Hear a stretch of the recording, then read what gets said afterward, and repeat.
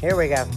We are back on the Lynne Hayes Freeland Show. Two guests, Rashad Birdsong, Carol Speaks. We're talking about what appears to be, what feels like an escalation of violence on the streets of Pittsburgh and the surrounding communities. It's not just Pittsburgh. Let's not get that twisted. We got all these areas outside of our city that are being affected. Carol, let me circle back with you because you mentioned the loss of your son. I want to talk about your son. I want to talk about your grandson because you've been through this twice.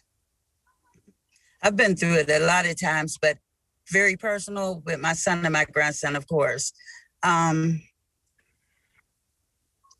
don't know. Where do you want me to start? Help me. Tell me your son. Tell me his name. Tell me about your son. Tell me about your son. My son, Charles Speaks Jr., but from birth, his name was Squeak.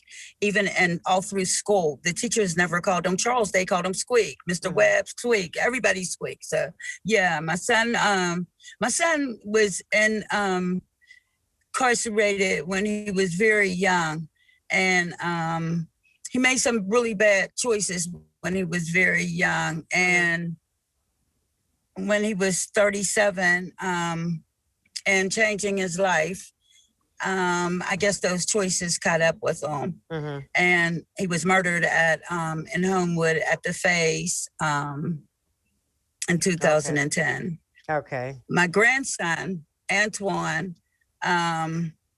he was a funny kid. And my son was also a father. He had he has two children, a son and a daughter. And I'll get back to the children part. But my grandson, he was a funny kid, and he was he was an upcoming rapper, very, very good. Won all types of awards and everything. And what happened was there was a fight at Westinghouse the last day of school with two of the kids that hang around Monticello with some kids that came from Lincoln. And my grandson made a song about it, and they came looking for him. And when they found him, they found a group of kids that live in this area. And they started shooting up my daughter's house, and they eventually got my grandson and killed him. And his murder is unsolved also. I was just going to say, so two losses directly connected, no arrest, no conviction in either one. No, and one of the things that happened is I felt like our kids got targeted because I wouldn't shut up, because this was the same time that the Wolf sisters had gotten murdered, and they had surveillance on their house 24/7.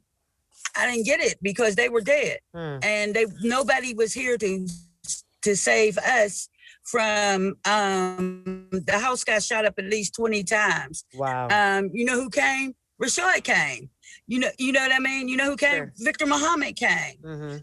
But nobody else. I guess they got tired of coming. The police. So I started screaming about the mayor and the police and stuff.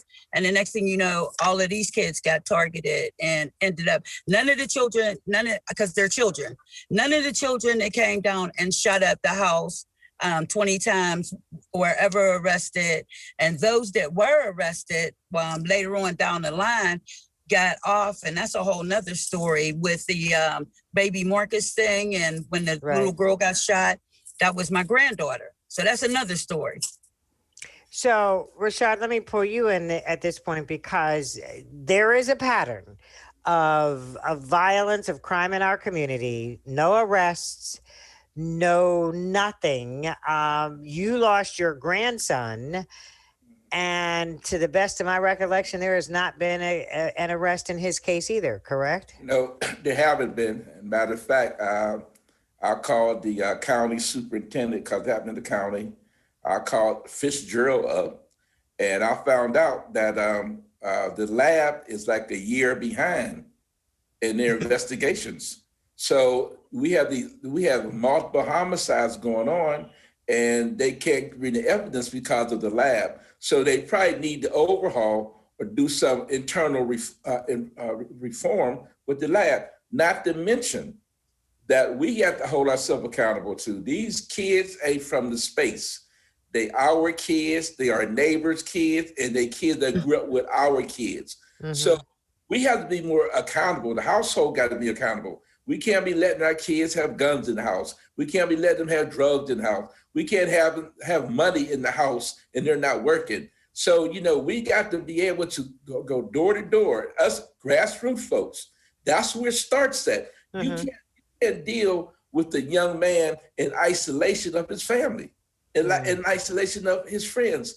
That's what happened to my grandson. You get on the Facebook, different friends doing this here, conflict on Facebook. And my grandson wasn't even made like that. He wasn't from the street. So if it could happen to a Rashad Birdsong. And I mean, I had multiple things around him. I had him all type of sports, all type of activities. I had all type of black men around him, and still he was subjected. So it can hit anybody's step at any time. So we need to say those people over there. It ain't those people over there. It's our children that we have to save. Right. And you raise a good point in terms of there's enough accountability to go around. We have to be accountable, but we also have to hold some other folks accountable too. Yeah. I want to talk about that. We'll do that right after the commercial break when the Lynne Hayes Freeland Show continues. Don't go away.